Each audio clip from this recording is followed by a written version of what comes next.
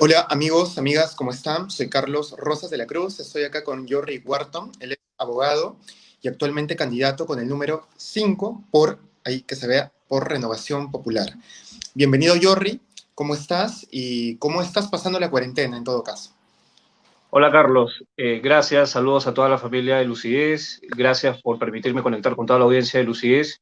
Y bueno, respecto a tu pregunta de cómo estamos pasando la cuarentena, en realidad tratando de pues, estar fortalecidos en todo sentido y poder trasladar determinados hábitos para que las personas que están siendo contagiadas o que de alguna manera están siendo afectadas puedan pues, tener toda la información, tratar de compartir información importante respecto de cómo podemos nosotros detener la evolución de este virus, que es un virus que lamentablemente traiciona mucho y no sabemos a cuántas personas más va a seguir afectando. Dicho sea de paso, y digamos, tomando en consideración tu pregunta, el día de hoy, hablando un poquito de coyuntura, hemos tomado conocimiento de que ya llegaron las 300.000 dosis de vacuna Sinopharm, ¿cierto? Esto, no sé si deseas desarrollar ese tema, pero bueno, ahorita la noticia es esa, que ya llegaron, están haciendo todo un itinerario respecto de la llegada de las 300.000 dosis. Particularmente tengo algunas críticas al respecto. Quienes me conocen o me han seguido un poquito saben de que, bueno, soy un crítico o he sido muy crítico del gobierno de Martín Vizcarra y respecto a algunas decisiones que ha tomado el gobierno de Sagasti, que para mí es la continuación en muchos aspectos del gobierno de Martín Vizcarra, también he sido muy crítico. Y parte de las críticas reposan justamente en el cómo se han llegado a obtener estas vacunas, que dicho sea de paso, solamente representan o van a beneficiar solamente el 0,45% del total de la población peruana. Entonces, hay que decir las cosas claras, no es amarillismo ni es ánimo de generar ningún tipo de aversión en contra de lo que está pasando o a favor de lo que está pasando, es básicamente data dura, decir lo que está pasando. Claro, Aproximadamente estas dosis van a ser aplicadas para el 0,45% de la población peruana, que evidentemente supera pues los 32 millones de peruanos, versus Chile, que ya pidió 90 millones de vacunas y que tiene pues por encima de su población. Es más, tranquilamente están abiertos a que extranjeros puedan viajar a Chile para vacunarse. de Entonces, acuerdo, veamos la misma diferencia que tenemos, ¿no? de acuerdo, y hoy día además fue noticia que una peruana residente en Chile se vacunó y eso salió creo en varios medios del país. Me queda claro, como tú dices, que no estás de acuerdo, como varios candidatos de tu organización política, con la cuarentena, pero la pregunta en todo caso sería, ¿qué de negativo o qué aspectos negativos le ves a este tipo de, bueno, a la negociación que por fin se dio de la llegada de vacunas, que dicho sea de paso no es el primer lote porque vienen otros más, y al mismo tiempo, tú, Jorri, ¿te vacunarías? Bien, primero respondo a lo primero. En realidad mi posición respecto a las negociaciones, y lo he dicho en múltiples plataformas, en mis redes sociales, creo que ha sido una negociación que he tildado de humillante, no solamente respecto de Sinopharm, sino de lo que se hizo con Pfizer, ¿no? Lamentablemente no se contemplaron cláusulas de penalidad. Esto es, si Pfizer no cumple con la obligación a la cual, valga la redundancia, se ha obligado en el contrato de compra-venta, simplemente no asume ningún tipo de responsabilidad. Entonces, eso es realidad. Yo soy abogado de formación, entiendo más o menos cómo se suscriben o cómo se estructuran los contratos elementales y básicos y tiene que contener una cláusula de penalidad, mucho más si sabemos que estamos hablando pues de un producto tan delicado como es una vacuna que tiene una composición que puede generar determinados daños colaterales en las personas. Entonces, imagínate, desde la forma nada más, si es que no cumplen con el plazo de entrega, ya ahí tenemos un tema. Y ahora, si es que esas vacunas generan daños colaterales en nuestros compatriotas, tampoco se hacen responsables.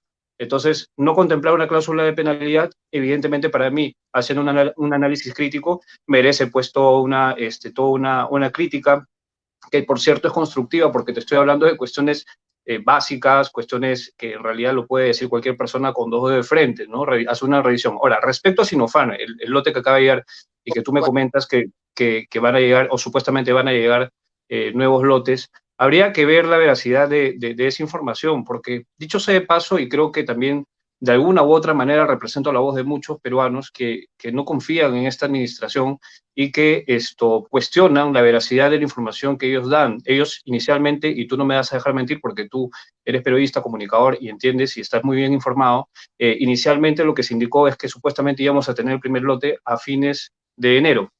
Correcto, estamos ya básicamente orientados a la quincena de febrero y tenemos recién la llegada de un lote que representa el 4.5% de la población peruana. Entonces, me cuesta pensar en que cualquier información de la Administración del Estado, del Ejecutivo y Palacio, sea una información que merezca la pena pues catalogar como verídica, verdadera, fidedigna. Al menos a mí no me eleva la expectativa porque necesito confrontarlo con lo que verdaderamente y finalmente va a pasar, si es que verdaderamente va a llegar. Hoy día llegó, y yo saludo que haya llegado, pero también hay que decir las cosas claras. Esto no va a generar mayor impacto, de repente desde el punto de vista de elevar la moral colectiva de los ciudadanos, sí, pero para fines prácticos vamos a vacunar a pocos peruanos. Entonces, esa sería una respuesta. Ahora, respecto a si me vacunaría o no me vacunaría, yo creo que allí podría contestarte, habría que ver el nivel de efectividad o eficiencia que tiene esta vacuna y también me da pie a cuestionar la efectividad de esta vacuna. Y bueno, no voy a entrar en tanto detalle, pero lo que te puedo decir es que manejo información de que el porcentaje de veracidad o efectividad de esta vacuna pasa solamente el 50%, al 70% por ahí, siendo bastante optimistas, pero Sorry, no es que tenga gran veracidad. En ese sentido, claro, te pero diría bueno, que más estoy allá más cuidado para no este tipo vacunarme que para vacunar. de cuestiones, yo he escuchado también por ahí a varias que en su momento dijo, ¿no? U otros, ¿no? Que esto podría cambiar la genética de algunas personas, pero tú en todo caso, ya sea de Sinopharm, ya sea de Pfizer, incluso si en algún momento llegara la de Johnson y Johnson, pero hablando de la vacuna en sí misma, como una posibilidad de frenar esta pandemia, ¿tú te vacunarías? Yo creo que sí, no tengo ningún problema en vacunarlo, pensando también en el eco que se podría hacer en las demás personas que responsablemente deberíamos utilizar todas las herramientas de salud que podemos tener, ¿no? Sería muy desafiante tener la posibilidad de tener la vacuna y no hacerlo. En realidad es una posición muy personal, ¿no? La digo a título de Jorge Wharton, no como Renovación Popular, ni como una posición en bloque político. Luego, como yo recuerdo, yo creo que sí, no tendría problema alguno, pero sí hay que aclarar de que hay eficiencias, hay un nivel de efectividad, hay un grado de efectividad de cada vacuna, y me parece que esta vacuna que acaba de llegar no ha tenido todas las certificaciones correspondientes. Eso también hay que decírselo al público en general. De acuerdo contigo, porque no hay nada que salvaguardar la vida de las personas y es importante, si es que estas cláusulas que mencionas no se han incluido, ya será cuestión en todo caso de analizarlo y hacer la crítica, por supuesto, a quienes han tomado esta decisión, que no ha sido evidentemente el presidente Sagasti, que debe estar en su casa o debe estar en Palacio, ¿no? Deben haber sido las personas encargadas de haber hecho este tipo de, digamos, de negociación, Sí, valga la Carlos, redundancia. totalmente de acuerdo contigo, pero vamos, el presidente es como una empresa, vamos a ponerlo así, una empresa tiene un responsable legal, el responsable legal es el gerente general. Evidentemente, por debajo hay toda una estructura, un organigrama, y hay gente que por competencia y por especialización tiene que responsabilizarse directamente, pero finalmente esto recae en la cabeza y en la cabeza de esta suerte de pirámide o estructura. En Palacio de Gobierno tenemos una cabeza y un responsable máximo que es el presidente. Entonces, todas las decisiones que nacen del Ejecutivo tienen como máximo responsable el presidente, por eso él es electo, ¿no? Independientemente de quién haya participado directa o indirectamente de la negociación, eso también hay que dejarlo claro. De acuerdo, y hablar de la vacuna implica también entender, bueno, en este caso yo entiendo de que hay la incomodidad, si es que se ha hecho mala negociación porque es presupuesto de todos los peruanos y peruanas, pero también tiene que creer si es que evidentemente la pandemia existe o no, si es que el coronavirus es algo real o no, y al menos lo que hemos escuchado y todos los que nos ven creo que también lo han hecho sobre la persona que lidera Renovación Popular, que es Rafael López Aliaga, la impresión es que la pandemia no existiría, por ejemplo, para él y para varios otros candidatos de su lista, no solo en Lima, en general. ¿Tú crees en la pandemia? ¿Tú usas mascarilla, por ejemplo, Yorri? Sí, por supuesto, Rafael también lo usa, yo también la uso, de hecho, como jefe de campaña nacional y en su momento, y ahora como jefe territorial nacional, lo he acompañado en la gira nacional y evidentemente hemos estado respetando todos los protocolos. Sí, en algún momento él, digamos, no se lo ponía porque quizás era cuestión de una decisión personal, porque Lo yo he hecho, sé que él ha tenido, lo he hecho en sí, varios, una, y sí, precisamente bueno.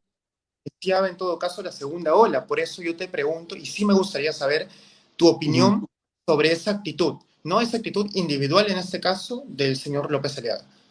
Que dicho sea de paso, se corrigió y actualmente lo ha hecho público y lo ha corregido y creo que evidentemente para todos nosotros existe pandemia, para mí existe pandemia, porque acuérdate que la pandemia no solamente afecta la salud, afecta el proyecto de vida, afecta el trabajo, afecta el equilibrio y la estabilidad económica del país. Entonces, nosotros, evidentemente, como defensores del capítulo económico de la Constitución, la propiedad privada, la libertad de mercado, la competencia y contrarios a un cambio de la Constitución, entendemos que existe toda una crisis no solamente sanitaria, sino una crisis económica que está quebrando la estabilidad económica en nuestro país y nos está haciendo codependientes de un Estado que posiblemente más adelante sea asistencialista. Por eso que yo soy muy transparente y soy muy directo cuando debato con mis colegas de campaña, por así decirlo, que Para, están en otros bloques políticos, ¿no? para pasar de una vez a tus propuestas, solo quisiera saber, ¿te pareció lamentable o positiva esa actitud de no usar mascarilla, ¿no? Entendiendo que ustedes son pro vida y que precisamente el no usar mascarilla es no cuidar la vida de los demás, ¿no?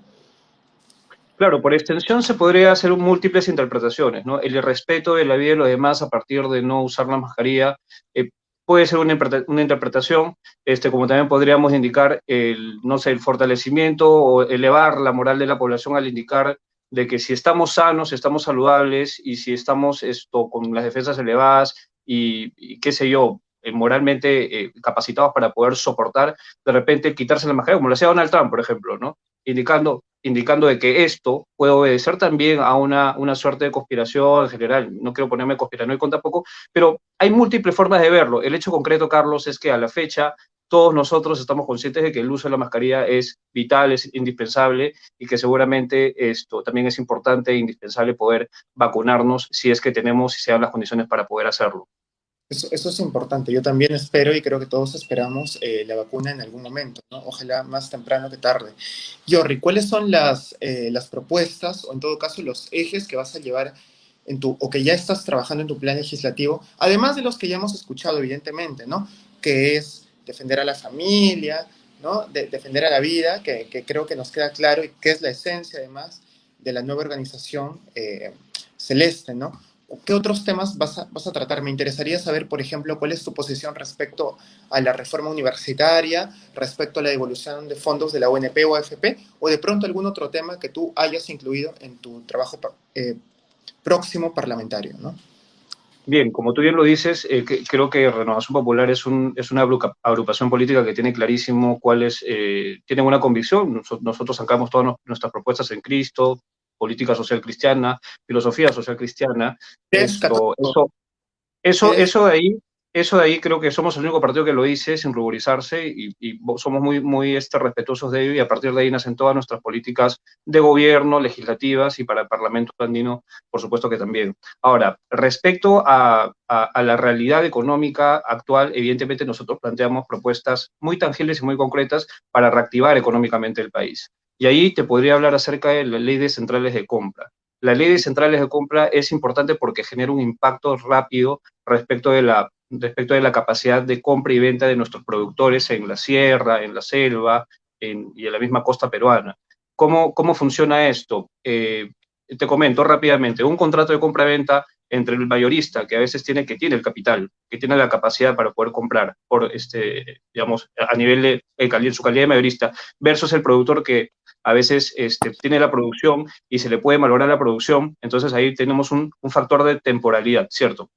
sí, Entonces, la negociación a veces es muy rápida y el mayorista va con gran capacidad de capital y lo que hace es paga por muy debajo el costo del precio del, no sé, pues 10 kilos de lana a 20 soles, por poner un ejemplo extremo, y no es justo. Entonces, en esa relación de compra-venta vemos que existe una simetría informativa o una simetría de la información muy grande. Esa simetría de la información tiene que reducirse para que la relación entre el comprador y el vendedor sea una relación mucho más justa.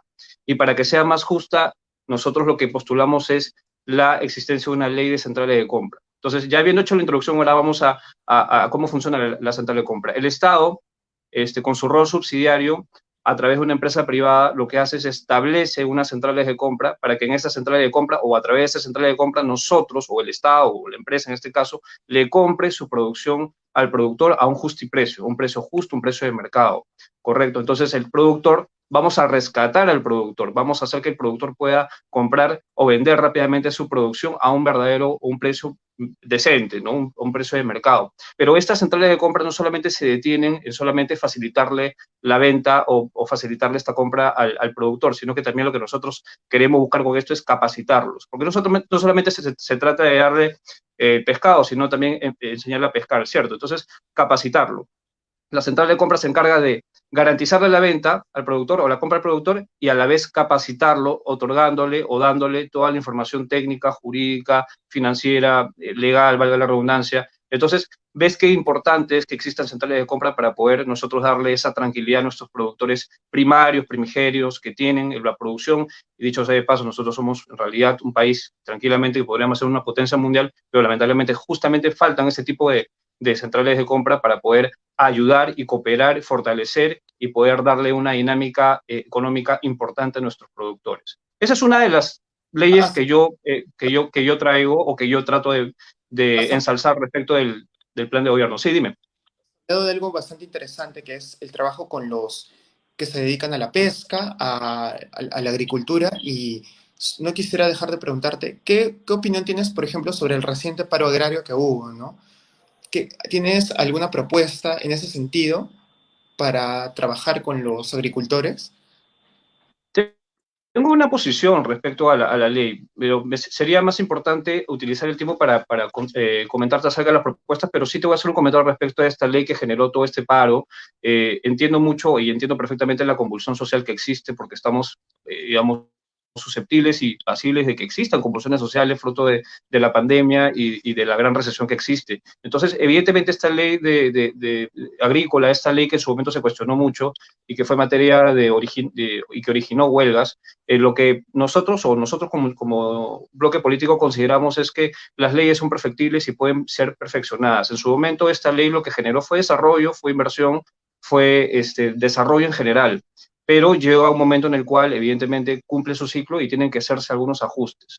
No voy a entrar al detalle de los ajustes, pero sí estoy consciente de que las normas y las leyes deben ser perfectibles para que nosotros podamos, porque las dinámicas económicas, sociales, políticas van variando y nada es permanente. En ese sentido, nosotros somos conscientes de que esa ley debió o debe hacer o tiene que tener algunos ajustes, como lo puede tener la Constitución también, por supuesto, a través de reformas constitucionales. Me queda claro, cambios a la ley que se aprobó sobre el tema agrario. La segunda propuesta.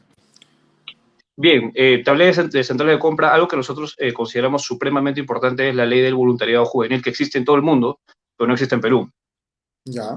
Lo que nosotros creemos conveniente, y esto va mucho de la mano de nuestra propuesta como ejecutivo de la creación del Ministerio de la Alimentación, el Ministerio de la Alimentación que congregue o que fusione o que contenga a pesca, bueno, que está en agricultura, producción, que sea un ministerio orientado básicamente a tratar de acercar a los más pobres alimentos, medicinas, bueno, alimentación, básicamente. Entonces, ¿cómo funciona la ley del voluntariado juvenil aquí? Y me ha pasado porque fruto de la experiencia en las giras nacionales que hemos desarrollado a nivel del mapa del Perú y también en Lima cuando hemos hecho campaña y antes de campaña, porque también soy una persona que tiene mucho contacto con sectores populares en general, he visto que hay muchos jóvenes que quieren involucrarse, que quieren poder ayudar de manera participativa, de manera activa con las carencias, con las poblaciones que justamente son las más vulnerables y que son las que más padecen, que son más castigadas por esta pandemia. Entonces, lo que nosotros hacemos a través de la ley de voluntariado es darle una estructura legal, darle una articulación y una regulación que ellos les permita poder funcionar en función a la regulación de una norma. Entonces, ¿qué es lo que nosotros postulamos? Es que los sábados exista una ley de voluntariado para que estos jóvenes de manera organizada, de manera cooperativa, puedan ir a estos sectores populares a poder ayudar de manera hermanada y fraternal a las poblaciones más vulnerables, a las ollas comunes, a los lugares donde puedan acercar alimentación. Esto no es otra cosa que básicamente hacer lo que no hizo el gobierno de Martí Vizcarra con respecto al Comando Conjunto de las Fuerzas Armadas, y lo dijimos el año pasado. La crisis sanitaria debió ser tomada por el Comando Conjunto de las Fuerzas Armadas y aplicar lo que en su momento dijo nuestro líder Rafael López Aliaga, el plan Marshall a la peruana. ¿No? No emitir bonos, otorgar bonos generando aglomeración y mayor pues, carga de infección. Al contrario, acercar la alimentación porque estábamos en una situación y seguimos en economía de guerra. Entonces, el comando conjunto debía hacerlo. Entonces, lo que en suma cuenta, lo que queremos es que el voluntariado pueda hacer esto. El grupo de voluntariados, la ley de voluntariados jóvenes, que permitan a este grupo de jóvenes que están ansiosos por querer cooperar, pero no tienen herramienta jurídica para poder hacerlo. Entonces, están fragmentados, están divididos, y la idea es poder unificarlos a través de esta ley de voluntariado, que evidentemente funcionaría dentro del Ministerio de la Alimentación. Ya, ¿este trabajo sería del Ministerio de la Alimentación directamente o se trabajaría con las municipalidades? No, se trabajaría con el Ministerio, o sea, se trabajaría o habría un enlace con el Ministerio de Alimentación, ¿no? Pero tenemos que hacer la iniciativa legislativa desde el Parlamento. Por supuesto. Y bueno, y finalmente, ya para ir a algunas preguntas que queremos hacerte, ¿alguna Te tercera puedo dar pregunta? una propuesta más, Sí, si me permites. por supuesto, Jorri, por supuesto. Es importante que podamos reforzar el sistema de salud pública, y para ello es importante impulsar una ley de medicinas genéricas. No es posible, y lo he dicho en muchas entrevistas y también lo he dicho en los live que a veces hago en mis cuentas personales, no es posible que paguemos 75 soles, 80 soles por una citromicina cuando su valor equivalente o su equivalente en genérico cuesta 1 sol o 2 soles. Eso es un crimen en Estados Unidos, es un crimen en México, en Colombia, y debe ser un delito en Perú. O sea, nosotros necesitamos que se expendan estas medicinas genéricas en todas las farmacias a nivel nacional. Y si para ello es necesario hacer una reforma de la Constitución para evitar justamente la concertación de precios y para evitar que exista el oligopolio o monopolio, se tiene que hacer una reforma de la Constitución para justamente evitar o destrabar o hacer de que existan estos oligopolios que impiden o que generan y fomentan esta concertación de precios impedirían eventualmente la iniciativa legislativa que te estoy comentando. La ley de medicamentos genéricos debe ser una realidad en el Perú para que las personas que tienen menos capacidad contributiva, evidentemente, que es un porcentaje de peruanos, pueda acceder a este tipo de medicinas y pueda tener un sistema inmunológico que les permita, pues, por ejemplo, hacerle frente a esta crisis sanitaria. De acuerdo, porque ¿quién no estaría? Creo que esa es una propuesta que comparten varias organizaciones, ya lo han dicho acá, varios otros candidatos. Siempre la medicina genérica cuesta menos. Permíteme, tengo un problema con el audio. Lo que pasa es que me Lo han hecho que, una llamada. Dame no, un no, segundo que lo repongo ahora. no, no te preocupes. Lo que decía era de que evidentemente estamos de acuerdo con la propuesta de las medicinas genéricas porque no todas las personas tienen para poder comprar una medicina comercial. No te logro escuchar, discúlpame. Voy a tratar de... A ¿Es ver, posible que pueda salir y entrar nuevamente? totalmente, totalmente, por A ver, supuesto, un segundo, ¿sí? por Para poder supuesto. corregirlo. Estamos conversando con Jorri Wharton, hemos hablado de algunas de sus propuestas y ahora vamos a preguntarle, por ejemplo, qué opina sobre las declaraciones que dio el señor Jorge Chávez, que es candidato al Congreso y a la vicepresidencia con Rafael López Aliaga, quien mencionó en una entrevista con Rosa María Palacios, además de que él lo que haría sería dinamitar, destruir o hacer que deje de existir el lugar de la memoria, ¿no? Un lugar que tiene varios recuerdos y que cuenta de manera, digamos, y que cuenta en narrativa, ¿no? Lo que sucedió en la época del conflicto armado interno para algunos, ¿no? Y para otros, la época del terrorismo, ¿no? Pero finalmente lo que dice la CBR es que fue un conflicto armado interno. Volvemos acá con Jorri. Sí, Justo lo que discúlpame. no te preocupes, hacía una introducción sobre algunas preguntas que queremos hacerte ya en los últimos minutos y tiene que ver con lo que dijo el candidato al Congreso y a la vicepresidencia, Jorge Chávez, en una entrevista en la que señaló de que lo que él haría sería destruir, dinamitar, ¿no? Recogiendo sus palabras, el lugar de la memoria, ¿no? ¿Tú estás de ¿Qué acuerdo con candidato, qué candidato lo dijo? Jorge Chávez en entrevista con Rosa María Palacios?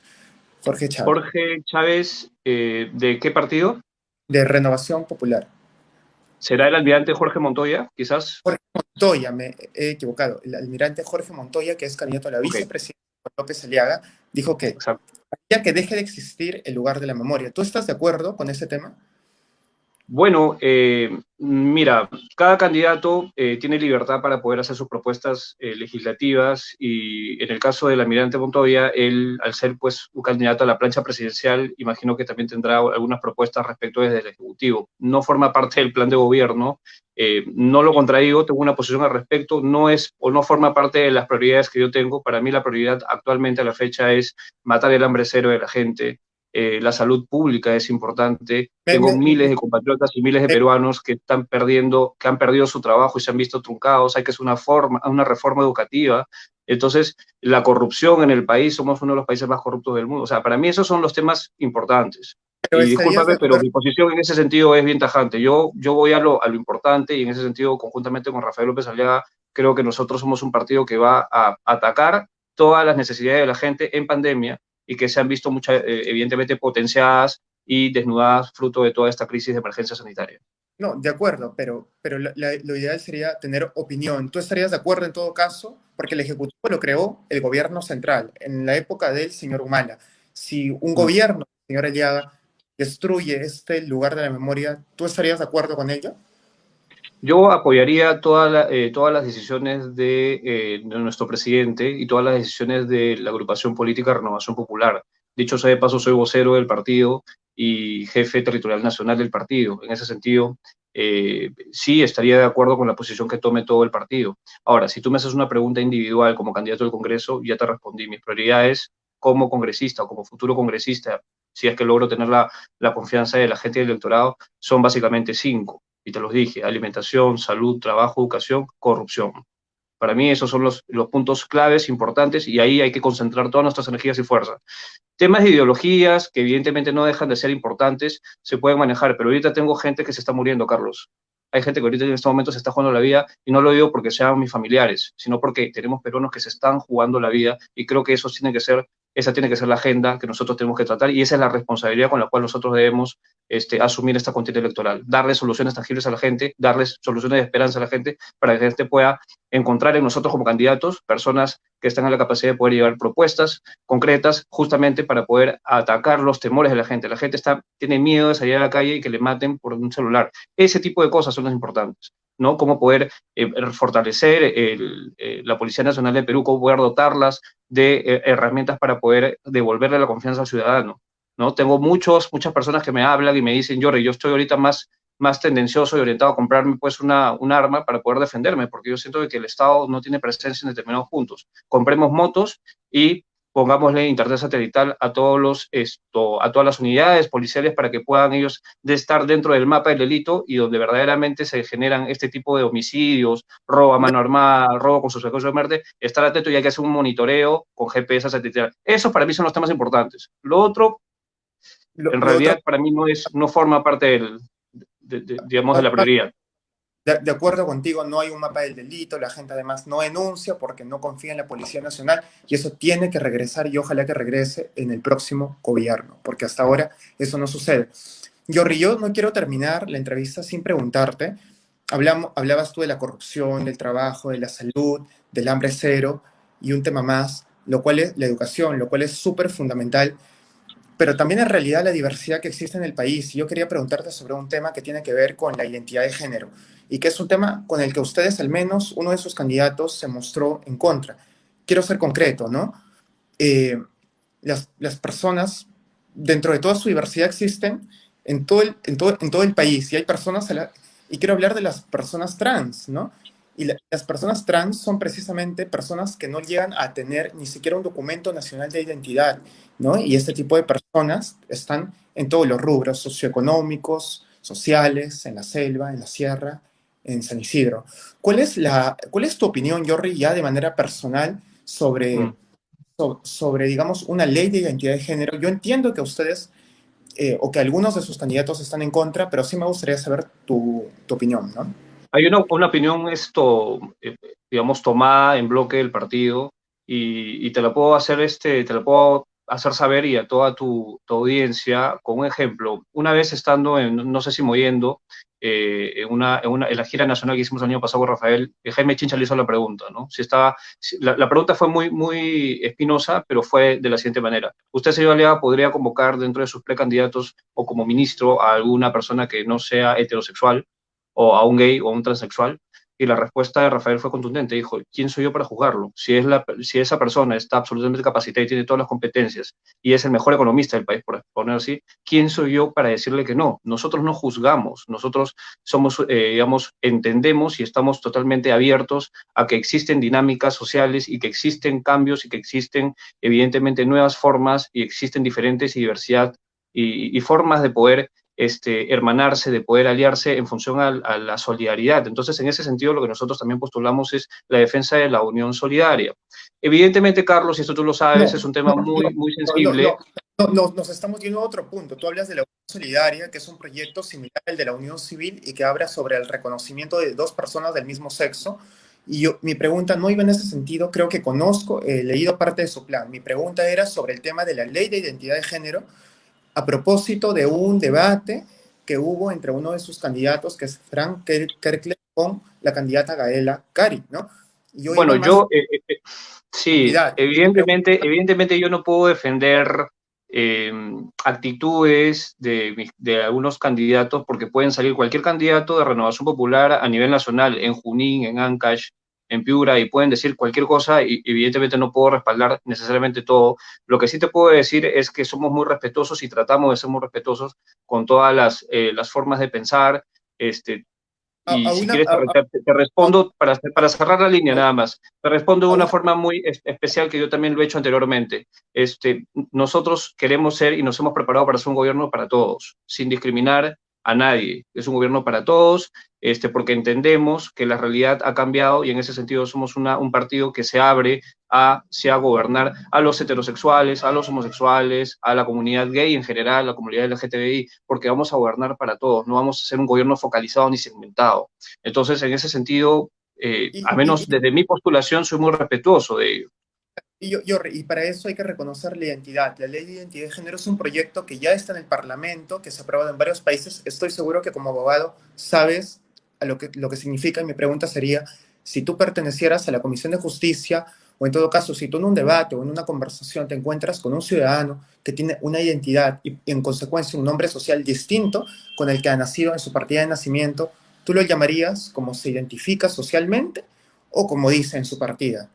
Como tú dices, en mi formación como abogado, tengo que tener la responsabilidad de poder analizar todas las aristas de lo que conlleva aprobar una determinada ley. Una ley no es un cúmulo de 5 párrafos, Carlos. Una ley tiene diferentes aristas y también intervienen muchas personas de diferentes especialidades. Es como hacer o pretender hacer una reforma del Código Penal teniendo solamente como base pues, el delito del homicidio culposo o el pánico financiero. Uno tiene que hacer una evaluación de todo ello. Entonces, no es que te quiera ir por la tangente, pero lo que te puedo decir es que soy muy respetuoso de las dinámicas y las formas y las nuevas formas que existen en general. Entonces, en ese sentido, yo en lo que sí estaría en contra, y eso también sí te lo puedo decir de manera contundente, y lo cuestioné mucho con Alberto de Belaunde y los candidatos Olivares del Partido Morado, que en su momento, si mal no recuerdo, estaban impulsando una ley para poder permitir de que los menores de edad puedan cambiar su identidad de sexo en su DNI. En eso ahí yo no tengo crisis, ahí estoy absolutamente en contra, porque considero de que esto es y forma parte de un degradamiento. En ese sentido, yo creo que el niño tiene que tener todo el derecho, porque hay un interés superior del niño que proteger, y los padres tienen que tener el derecho de poder velar por la salud emocional de ese menor hasta que cumpla determinada mayoría de edad y él mismo pueda decidir finalmente qué opción elegir desde el punto de vista de orientación. Pero esta ley que está orientada a iniciar justamente para que los niños menores de edad puedan cambiarse su identidad sexual en el DNI, me parece que es una ley absolutamente nociva para nuestros jóvenes en el Perú. Gracias, Jorri. Creo que nos queda claro a todos tu manera de pensar, en todo caso, y creo que es positivo para quienes piensan como tú que vean que ahí hay alguien que los va a representar, ¿no? El debate está abierto para todos y para todas. Gracias, nos vemos seguramente más adelante. Hasta luego. Esto Gracias, ha sido, Carlos. Saludos a toda tu audiencia. Muchas gracias por la invitación. Saludos a toda la familia Lucides. hasta luego. Cuídense.